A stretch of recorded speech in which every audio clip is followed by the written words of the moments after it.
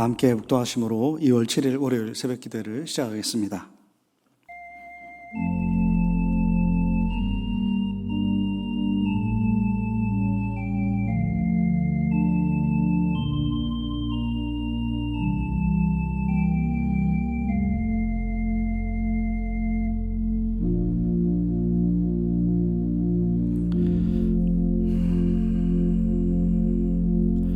새로운 한 주 시작하는 또 새 아침에 주님 앞에 나아갑니다. 주님의 긍휼을 구합니다. 주님의 이름을 높여드립니다. 우리 예배 중에 함께하여 주시고 영광 받아 주시옵소서.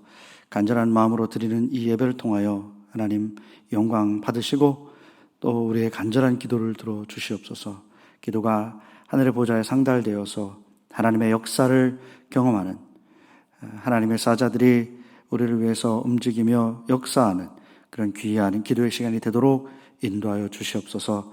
우리 모두가 한 마음으로 주님을 향하오니 이 예배 가운데 좌정하사 다스리시고 예비하신 큰 은혜로 채워 주시옵소서. 감사하며 예수님의 이름으로 기도합니다. 아멘. 다 같이 찬송가 288장 부르시겠습니다.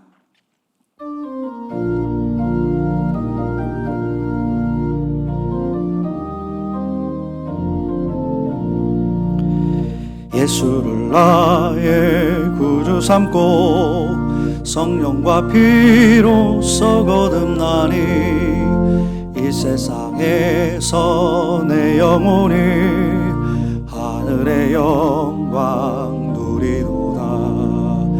이것이 나의 간증이요 이것이 나의 찬송일세. 나 사는 동안 끊임없이 구주를 찬송하리로다. 온전히 주께 맡긴 내 영 사랑의 음성을 듣는 중에 천사들 왕래하는 것과 하늘의 영광 이것이 나의 간증이요 이것이 나의 찬송일세. 나 사는 동안 끊임없이 구주를 찬송하리로다. 주 안에 기쁨 누림으로 마음의 풍랑이 잔잔하니 세상과 나는 간 곳 없고 구속한 주만 보이도다. 이것이 나의 간증이요 이것이 나의 찬송일세. 나 사는 동안 끊임없이 구주를 찬송하리로다.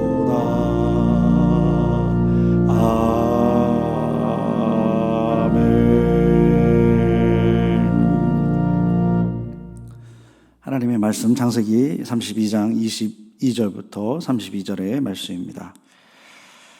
밤에 일어나 두 아내와 두 여종과 11 아들을 인도하여 야복 나루를 건널세. 그들을 인도하여 시내를 건너가게 하며 그의 소유도 건너가게 하고 야곱은 홀로 남았더니 어떤 사람이 날이 새도록 야곱과 씨름하다가 자기가 야곱을 이기지 못함을 보고 그가 야곱의 허벅지 관절을 치매 야곱의 허벅지 관절이 그 사람과 씨름할 때에 어긋났더라. 그가 이르되 날이 새려하니 나로 가게 하라. 야곱이 이르되 당신이 내게 축복하지 아니하면 가게 하지 아니하겠나이다. 그 사람이 그에게 이르되 내 이름이 무엇이냐? 그가 이르되 야곱이니이다. 그가 이르되 내 이름을 다시는 야곱이라 부르지 아니할 것이 아니요 이스라엘이라 부를 것이니 이는 내가 하나님과 및 사람과 겨루어 이겼음이니라. 야곱이 청하여 이르되 당신의 이름을 알려주소서. 그 사람이 이르되 어찌하여 내 이름을 묻느냐 하고 거기서 야곱에게 축복한지라. 그러므로 야곱이 그곳 이름을 브니엘이라 하였으니 그가 이르기를 내가 하나님과 대면하여 보았으나 내 생명이 보존되었다 함이더라. 그가 브니엘을 지날 때 해가 돋았고 그의 허벅다리로 말미암아 절었더라. 그 사람이 야곱의 허벅지 관절에 있는 둔부의 힘줄을 쳤으므로 이스라엘 사람들이 지금까지 허벅지 관절에 있는 둔부의 힘줄을 먹지 아니하더라. 하나님의 말씀입니다. 사람들은 살다 보면 항상 이 인생의 터닝 포인트를 경험할 때가 있습니다. 야곱의 인생의 터닝 포인트가 언제였을까? 한 두 가지로 말씀드릴 수 있을 것입니다. 첫 번째가 베델에서 하나님을 만난 그 순간이죠. 형 에서를 피해서 바단 아람으로 도망가고 있던 야곱, 지치고 힘든 그 여정길에서 밤에 노숙을 하게 되는 그 순간입니다. 그때 루스 지역의 그 허벌판에서 야곱은 하나님을 만나게 되죠. 그래서 그곳을 하나님의 집 베델이다라고 칭하면서 그곳에서 예배를 드립니다. 이 순간이 야곱에게 일어났던 그런 인생의 터닝 포인트가 된다라고 말씀드릴 수가 있습니다. 일찍이 하나님을 알았죠. 부모로부터 하나님에 대해서 교육을 받았고 하나님을 알고 있었습니다. 머리로는 알고 있었지만 하나님이 지금 이 순간에 살아계신 모습으로 나와 함께 하고 계시다라는 그 사실을 경험으로 깨달아 안 것이죠. 저는 이거 좀 이해가 될 것 같습니다. 제가 모태신앙이었는데 어렸을 때부터 습관적으로 교회를 많이 다녔죠. 주일학교에서 얼마나 많은 하나님의 말씀을 배웁니까? 다 머리로는 다 압니다. 하나님이 이런 분이다. 그러나 이 마음, 이 깊은 곳에서 하나님이 나의 하나님이 되고 하나님을 살아계신 하나님으로 깨닫는 데는 시간이 걸렸던 거죠. 성령 체험하고 난 다음에 하나님이 정말 살아계시구나, 나를 사랑하시구나, 함께 하시는구나를 아주 뼈저리게 느꼈습니다. 저도 그때부터 인생이 전환점이 된 것을 경험하게 되는데 바로 그런 것이 아닌가. 머리로 알고 있던 하나님, 그러나 경험으로 만난 그 하나님, 그때부터 야곱의 인생은 하나님과 동행하는, 더 깊이 동행하는, 전과는 다른 삶을 살게 되었던 것이죠. 우리들도, 여러분들도 마찬가지일 겁니다. 신앙생활을 하시면서 이런 믿음의 터닝 포인트가 분명히 있었을 것입니다. 자, 그렇게 되니까 전과 같은 삶을 살 수가 없는 것이죠. 이제는 하나님과 동행하는 삶, 하나님을 인식하는 삶, 그 삶을 야곱도 살아갈 수밖에 없었던 것입니다. 자, 두 번째 터닝 포인트가 언제일까? 오늘 본문입니다. 창세기 32장 내용이라고 할 수 있습니다. 이 사건이 더 큰 인생의 터닝 포인트가 되었다. 야곱에게. 그래서 인생이 다시 한번 완전히 바뀌는 그런 순간이다. 자, 이 사건이 어떻게 야곱의 인생에 이러한 전환점이 되었는지 말씀을 통해서 함께 살펴보겠습니다. 야곱의 삼촌 라반의 집에서 가족들과 야반 도주를 하죠. 중간에 삼촌이 따라왔습니다. 그래서 위기도 있었지만 잘 화해를 하고 이제 평안히 고향 땅으로 돌아가면 되는 그런 상황입니다. 그런데 한 가지 해결되지 않은 큰 문제가 앞에 놓여 있죠. 마음에 큰 두려움으로 다가오고 있습니다. 그건 뭡니까? 형 에서에 대한 두려움입니다. 형이 20년 전에 자기를 죽이려 해서 도망했죠. 그리고 20년 동안 가정을 이루고 재산을 불리고 이제 고향 땅으로 돌아가려고 하는데 세월이 20년이 흘렀어요.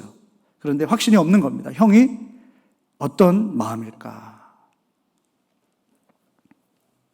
그 옛날 그대로 자기의 분노하면서 나를 죽이려고 하지는 않을까라는 그런 두려움. 사람이라면 누구나 가질 수 있는 그런 두려움인 것이죠. 자, 그러면서 32장의 내용이 막 흘러가는데 32장은 이렇게 시작합니다. 1절, 2절에 야곱이 길을 갈 때 하나님의 사자들을 만나게 되고 그들을 하나님의 군대 마하나임이라고 명명하는 그런 내용이 먼저 소개가 됩니다. 근데 이 32장을 시작하면서 왜 이 부분이 이렇게 조금 어색하게 들어가 있을까요? 이 말씀은 두 가지의 큰 의미를 담고 있다라고 보여지는데요. 첫 번째가 하나님이 야곱의 그 여정에 이렇게 강한 힘으로 함께하고 있다라는 것을 의미하는 것입니다. 베델에서 혼자 쓸쓸히 있는 줄 알았던 야곱에게 사다리 환상을 보여주시면서 하나님이 그와 함께하고 있다라는 것을 보여주셨죠. 그리고 이제는 고향으로 돌아가는 이 귀한 길에도 하나님이 하나님의 군대를 통해 너와 함께 가고 있다라는 것을 야곱에게 보여주시는 것입니다. 그리고 두 번째는 에서를 만나는 것이 지금 그가 두려워하고 있잖아요. 두려워할 만큼 위험한 일이다라는 것을 복선으로 깔고 있는 겁니다. 그래서 하나님의 군대를 대기하고 있는 거예요. 에서는 여전히 20년의 분노를 그대로 품고 있다. 오히려 더 강성해져서 야곱을 공격할 수 있는 그런 위험천만한 상황이다라는 것을 이렇게 이 1, 2절, 9절을 통해서 보여주고 있다라고 해석할 수가 있는 것이죠. 여러분, 삶은 여전히 우리의 잘못된 그런 선택, 과거의 잘못된 그런 행동, 이런 걸로 인해서 지속적으로 현재의 우리의 삶에 영향을 미치고 두렵게 하고 공격해오는 그런 상황이 있을 수 있습니다. 그냥 없던 일로 과거인데 이렇게 할 수 없는 힘들게 하는 그런 상황이 있을 수 있다는 거죠. 야곱의 상황이 바로 그런 상황이죠. 자, 그럴 때 그럼 우리는 어떻게 해야 되는가? 이 32장 1, 2절 말씀이 우리에게 주시는 교훈은 그겁니다. 그때에 우선 하나님의 그 능력, 마하나임의 하나님을 기억해라 라는 것이죠. 야곱의 두려움과 위협에 점점 가까워질 때에, 그렇죠? 먼저 하나님이 마하나임으로 함께하고 있다라는 것을 야곱에게 보여주셨습니다. 우리에게 이 위로하시고 함께하시는 하나님을 보아라. 하나님이 바로 그런 분이시다 라고 보여주시는 것입니다. 상황은 그대로이고 두렵지만 하나님의 군대가 앞서 행하시며 우리와 함께 하신다. 이 사실을 믿을 때 우리가 얼마나 큰 위로와 힘이 되는지요. 삶의 그런 위기 속에서 마하나임의 하나님을 바라보면서 위로와 힘을 얻는 여러분들 다 되시기를 간절히 원합니다. 사람이 두려워요. 그러면 뭔가 두려운 마음을 피하면서도 동시에 뭔가 해결하기 위해서 움직여야 되겠죠. 뭔가 해야 됩니다. 그래서 야곱은 사자를 보내어 에서에게 소식을 전하죠. 그래서 이걸 확인하고 싶은 거예요. 과연 에서의 마음은 20년이 지났는데 어떠할까? 이걸 확인하고 싶었겠죠. 그런데 이 사자가 에서를 만나고 먼저 돌아왔습니다. 그리고 소식을 전했는데 그를 더더욱 두렵게 하죠. 에서가 무려 400명이라는 이 사람들을 이끌고 야곱을 향해서 막 달려오고 있다라는 것입니다. 무엇이 연상되나요? 전장을 향해서 지금 전진해 나가고 있는, 진군해 나가고 있는 그런 군대의 모습이 연상이 되지 않습니까? 야곱에게는 더욱더 그게 두려움으로 다가왔을 것입니다. 이렇게 두려울 때 어떻게 해야 하나요? 어떻게 해야 하나요? 야곱은 기도하기 시작합니다. 그는 기도하는데 어떻게 기도하기 시작하냐면 하나님의 약속을 붙들고 기도합니다. 베델에서 그를 만나주셨던 하나님, 그 하나님이 어떤 약속을 주셨습니까? 내가 너에게 복을 주겠다. 자손을 많이 낳게 하겠다. 바닷가에 모래같이 되게 하겠다. 그리고 아버지 집 고향으로 돌아가게 하겠다라고 약속을 주셨습니다. 야곱은 그 약속을 기억하고 기도하기 시작하는 것입니다. 근데 그의 기도가 어땠냐면 간절한 기도, 목숨을 건 기도였습니다. 자, 때를 두 때로 나눠 보내면서 홀로 남겨진 야곱, 야복 강가에서 그런 밤새워서 하나님과 기도로 대면합니다. 이 기도를 오늘 본문에서는 씨름으로, 하나님의 사자와의 씨름으로 그렇게 설명하고 있죠. 자, 이 부분을 하나님과 이 기도로 단판 짓는 그런 간절한 기도로 우리가 해석을 합니다. 하나님의 사자를 붙들고 날이 새도록 놓지 않는 야곱. 뭐예요? 하나님을 붙들고 간절히 기도하고 있는 겁니다. 축복하지 않으면 놔줄 수 없습니다. 간절히 하나님 앞에 기도할 때 결국 하나님의 사자는 어떻게 합니까? 야곱을 축복하고 축복할 수밖에 없는 그런 상황이 된 거죠. 모든 문제 앞에서 우리가 해야 할 일은 바로 하나님께 간절히 기도하고 하나님의 축복을 간구하는 겁니다. 지금 에서가 달려오고 있어요. 이 상황을 자기의 힘으로는 할 수가 없습니다. 바꿀 수가 없어요. 그래서 하나님을 의지하는 것이죠. 하나님은 하실 수 있으니까. 정주영 회장의 명언이 참 유명한 명언이 있죠. 뭡니까? 그러니까 회사에 뭔가 중대한 결정 앞에서 사람들은 이것저것 계산해서 뭐 불가능합니다, 뭐 합니다 이렇게 얘기할 때 정주영 회장이 했던 유명한 말 중에 책임자 양반 회복이나 했어? 라는 그런 말입니다.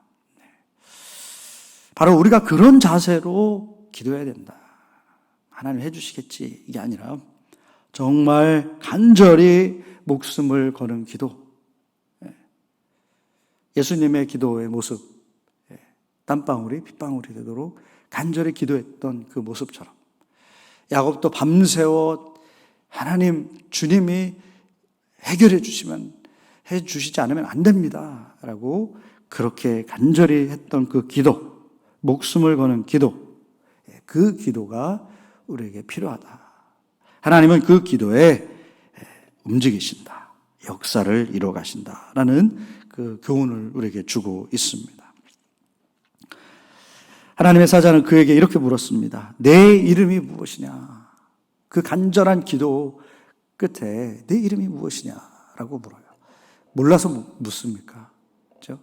그의 기도의 자리로 온 게 하나님의 사자인데 다 알고 왔지만 그러니까 몰라서 물은 것이 아니죠. 이름의 존재, 그 존재를 확인하고 바꾸려는 것이죠. 그 존재를 바꾸시겠다고 하는 겁니다. 하나님을 이긴 자, 이스라엘, 더 이상 야곱이 아니다. 발꿈치를 잡은 자, 속이는 자, 그런 야곱이 아니라 이제는 하나님을 이긴 자, 이스라엘이라 하겠다. 정체성을 완전히 바꾸시는 겁니다. 하나님을 이긴 자, 우리가 그래서 하나님을 씨름해서 이겨야 된다라는 것이 아니라 이 이스라엘이라는 뜻에는 하나님의 그래서 은혜를 입은 자라는 의미가 담겨 있는 것입니다. 하나님께 기도하고 하나님의 축복을 놓지 않으려는 그런 간절한 자를 하나님은 은혜로 덧입혀 주신다. 야곱은요, 이 목숨을 건 기도 후에 다리를 절게 되었습니다. 하나님의 사자가 그의 환도표를 쳤기 때문입니다. 이는 야곱으로 살았던 모든 옛 삶이 이제는 변하여서 새로운 삶의 걸음을 시작하게 되었다라는 것을 보여주고 있는 것이죠. 새로운 존재로 바뀌었다. 인생의 걸음이 달라졌다라는 것을 의미하는 것입니다. 그는 이제 더 이상 예전의 야곱의 모습으로 인생을 걸어나가지 않습니다. 이름이 바뀌었습니다. 인생이 바뀌었습니다. 그래서 그의 인생의 여정이, 인생을 향해서 걸어가는 발걸음이 이제는 바뀐 것입니다. 새로운 삶으로 전환되었다라는 것을 이미지로 보여주고 있습니다. 그의 인생은 이처럼 새롭게 터닝 된 겁니다. 터닝 포인트가 바로 이 순간인 거죠. 이제 그는 야곱이 아닙니다. 이스라엘입니다. 이 이름을 바꾸시는 하나님의 이 선포가 무슨 의미가 있을까요? 야곱을 향해서 지금 에서가 진군해 오고 있습니다. 공격하고 있다고 400명을 이끌고 오고 있습니다. 그들의 에서의 마음에는 이 야곱을 공격할 그 마음으로 가득 찼을 것입니다. 야곱은 그에게 공격을 당할 위기에 처해 있습니다. 그러나 성경에서 말하는 것이 무엇입니까? 그는 그 야곱이 아니다. 에서가 향해서 오고 있는 그 야곱이 아니다라는 겁니다. 그렇다면 에서의 진군은 어떻게 마무리될까요? 인생이 바뀌었는데 하나님이 그를 야곱에서 이스라엘로 바꾸셨는데 그에게 당면한 이 문제가 어떻게 전개가 될까요? 그 결과는 33장에서 나오게 됩니다. 내일 고 목사님의 설교를 통해서 확인하시게 될 것입니다. 여러분, 하나님은 우리와 늘 함께 하십니다. 우리가 깨닫건 못하건 간에, 우리가 현실이 두렵건 그렇지 않건 간에 언제나 변함없이 함께 하십니다. 야곱에게 약속하시고 신실하게 인도하셨던 하나님이 우리에게도 함께 하십니다. 우리에게 약속하신 분이 누구십니까? 예수 그리스도. 그분을 통해서 우리에게 주셨어요. 그 약속이 유효하다. 그 약속을 우리 주님은 계속해서 이행해 가시고 우리와 함께 하신다. 우리는 옛사람을 벗어버리고 주 예수 그리스도의 은혜로 새사람 그리스도인 구원받은 자 주님의 통치하심에 머무는 자들이 다 되었습니다. 어떤 공격이, 영적 공격이 와도 우리는 하나님의 이 인도하심에 거하게 될 것입니다. 하나님은 약속을 반드시 지키시는 분이시기 때문입니다. 우리가 해야 될 일은 무엇입니까? 우리는 주님을 바라보는 겁니다. 현실의 문제가 닥칠 때 약속을 붙들고 기도하면서 주님의 능력을 간구하는 것입니다. 자, 그런 자에게 하나님은 주님의 능력으로 역사하신다. 사망을 바꾸신다. 그 은혜가 머무는 자들, 충만히 임하는 자들이 우리들이다 라는 것을 꼭 기억하고 있지 않고 오늘도 그 은혜 속에서 거하시면서 승리의 삶을 사시기를 간절히 축원합니다. 오늘 말씀을 기억하면서 묵상의 시간을 갖겠습니다.